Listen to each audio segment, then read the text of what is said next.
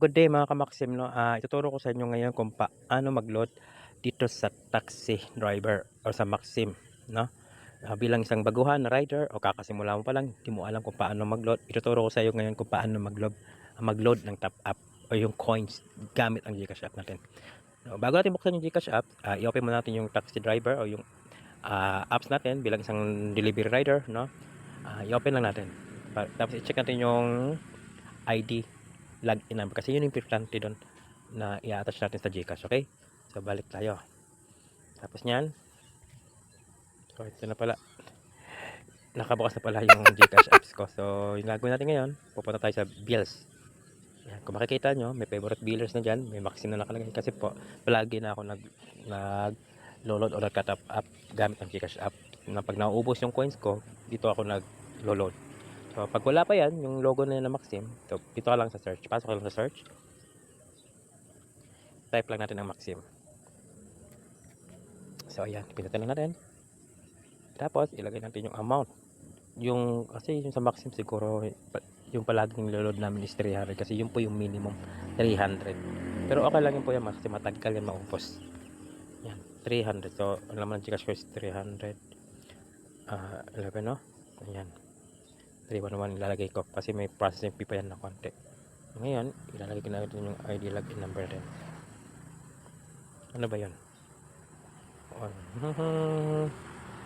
So yan, kailangan maging maingat tayo sa ID login number natin kasi isang number lang ang magkamali, mapupunta na sa iba.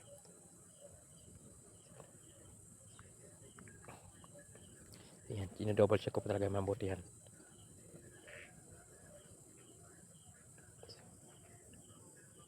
Yan.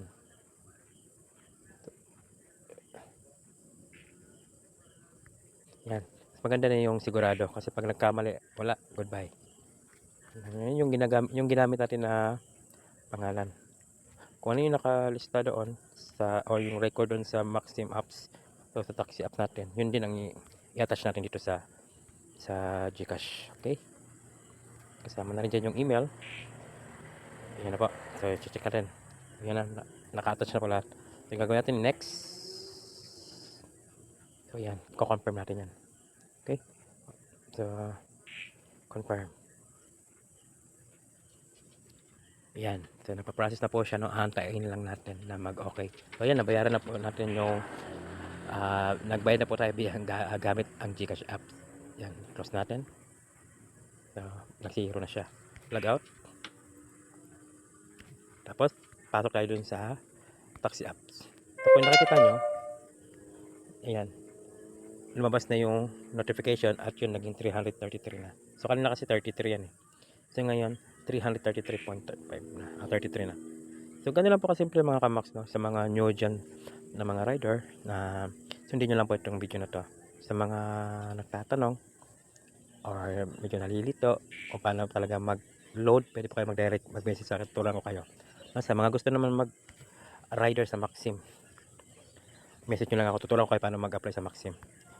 So yan, ito na po yung mga booking ko kanina. So okay lang yan, pakonti-konti lang yan pero malaking tulong na rin yan as a part-time. Nagpa-part-time lang kasi po ako eh. Pandagdag na rin po yan. Yan. So pandagdag na rin po yan kasi magkano na lang po yung minimum namin dito sa Bohol. So, at least dagdag na to. Ilang hours naman to? Siguro mga 3 hours to 4 hours lang naman to. Tinatrabaho ko to as a part-time sa gabi. Okay? Let's go mga kamax, no? Ingat palagi sa biyahe.